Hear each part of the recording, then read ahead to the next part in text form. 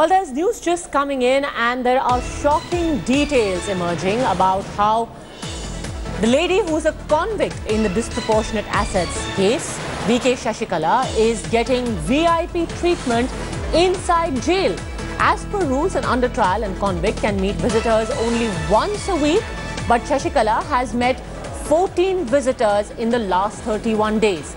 India Today has accessed these documents. Basically, it's the visitor's diary from the prison in Bengaluru, where Sasikala has been lodged since February this year. And details from that diary show how a number of visitors have been there to pay a visit to Sasikala. In fact, 14 visitors in 31 days, even though a convict can meet visitors only once a week. Nolan Pinto joining us live from Bengaluru on that story. Nolan, how was this achieved? Well, it's exactly like you stated, Padmaja. She is and she has been receiving VVIP treatment, even though she is just a normal convict, just like everyone else.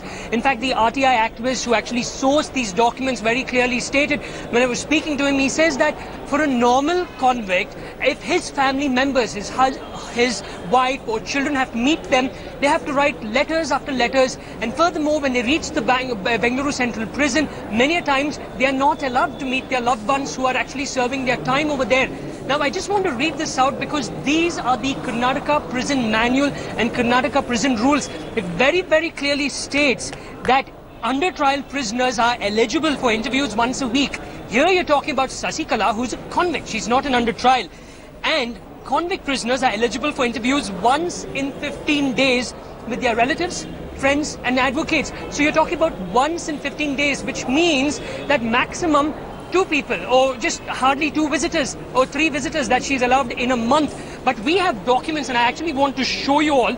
These are the documents that we have over here, which clearly states right from the time she was lodged over there at the Bengaluru Central Prison, she has had innumerable number of visits, 27 visits to be more precise, 27 visits by about 17 visitors, which included maximum her lawyers, even an MP, a member of parliament, who was the deputy speaker in the Lok Sabha, and also even by her husband.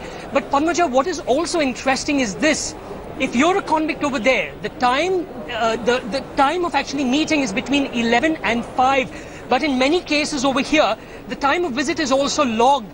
The time of visit actually very clearly shows. In one particular case, it's from 6:40 till about 19:20. So you are completely going against the rules over here. It is only 11 to 5, but in many cases it goes beyond that. And you can clearly see from this is just the page number 1, the number of visitors that keep on going. It starts from the 16th, the 17th, the 18th, and like that it goes on and on and on. So very clearly the government of Karnataka, at least the prison authorities, have not followed the rules. Now, what is also surprising is that when we spoke to the IG prisons, Mr. Satyanarayan Rao, instead of telling us that fine, there has been a mistake over here, we will go and look into this and see what has happened and make sure corrective measures are taken, he goes on to say that it's the discrepancy. Basically, it is the decision of the jail authorities over there as to who can visit whom, how many times. Just stay with me, Nolan. In fact, I'd request our producers to just close in on those documents that Nolan is holding up. Take a good, long look at those documents that just show how rules are thrown to the wind when it comes to certain VVIP inmates of prisons across our country. Let's just zoom in on those visuals right now and show our viewers that, while I bring in Shiv on that story as well. Just take a look at these documents that Nolan has. Shiv, who all would be in the know if rules were being flouted? It would be right at the topmost level, because if anyone has to get authorized entry into the prison, clearances would have to be taken at the highest level, wouldn't they?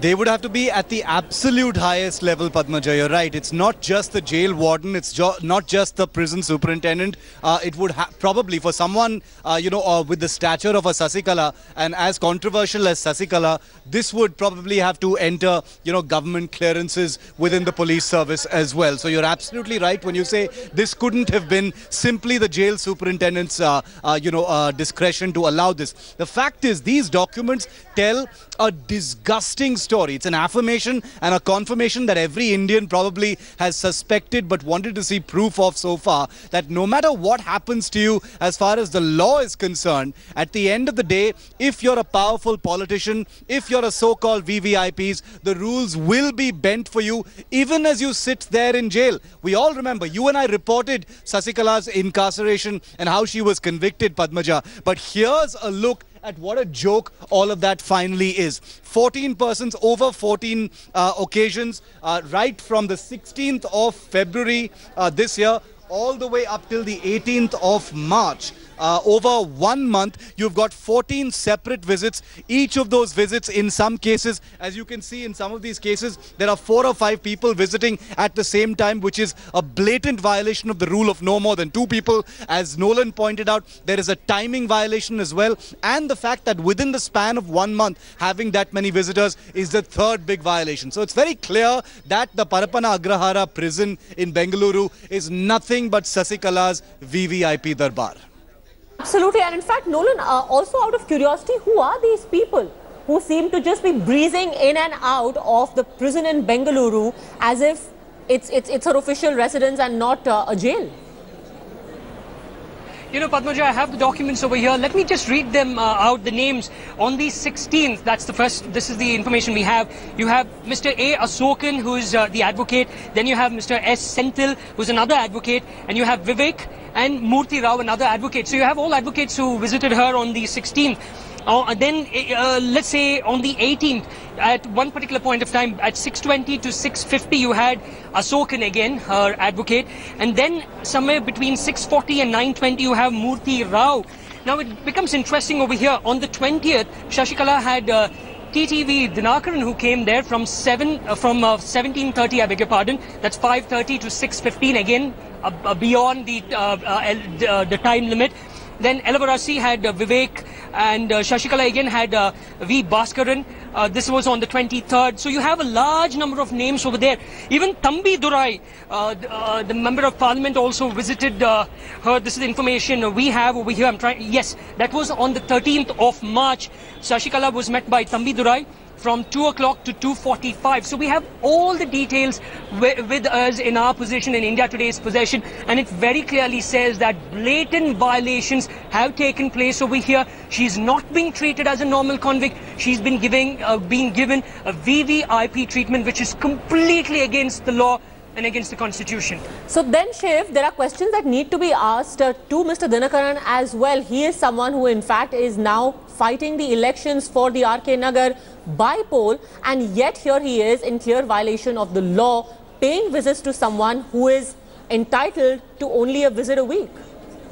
Absolutely. He's a recipient and a beneficiary of the laws being bent, by the prison superintendent and possibly people in the police service and the government in Karnataka that has allowed this blatant VVIP darshan to take place. I want to close in on that document so our viewers can see in the flesh just what we're talking about. 8th of March 2017, Sasikala Natarajan is the prisoner and her visitor is Sri TTV Dinakaran, her nephew, from 4 p.m. to 4:45 p.m. Right before that is Thambi Durai. Many of the names in this list are familiar to you and me, Padmaja. Sengoteyan, Thambi Durai, people like Gokula Indra and Valarmati, former ministers, former MLAs from Tamil Nadu, all trooping in one after the other just to meet Sasikala. It's made a mockery of the system there, and I think you're absolutely right when you say TTV Dinakaran, already a controversial character, person in the news for all the wrong reasons, including some breaking news that we'll be bringing our viewers at 5:30 this evening on 5 Live. But the fact is, he's got this fresh spotlight on him. How come he could allow himself to be part of this sickening show of psychophancy and a blatant violation of prison rules for Sasikala, who, let's all remember once again, is a convict in prison and yet she still enjoys the kind of, enduring, that sickening legacy of psychophancy that Jayalalitha once enjoyed. Absolutely, and in fact, on that note, let me also bring in Akshaya Nath, who's joining us live from Chennai. We've got Shiv, Nolan Pinto from Bengaluru, and Akshaya now also live on this story. Akshaya, all of this and the other point that I want to raise related to this story, all of this only goes on to reinforce the claims being made so far that here you have a government which is perhaps being run from within jail. These frequent visits by politicians from her faction of the AIADMK, from her lawyers, only feed into that belief.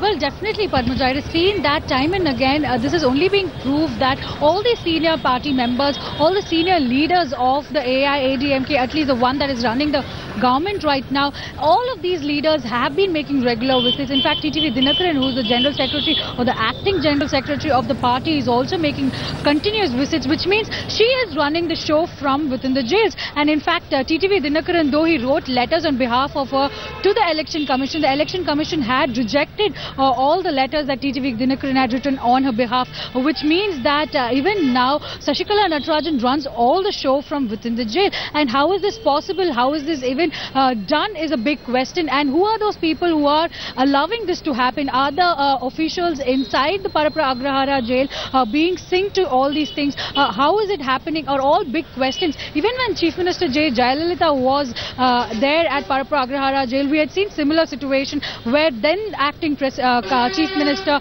O. Paneerselvam used to make regular visits. In fact, he never used to sign any papers without getting a consent from Jayalalitha, and that is a similar action that is happening even now here in Tamil Nadu, Padmaja. All right, Akshaya, thanks very much for joining us on that story. Thanks also to my colleague Nolan Pinto for getting us those documents.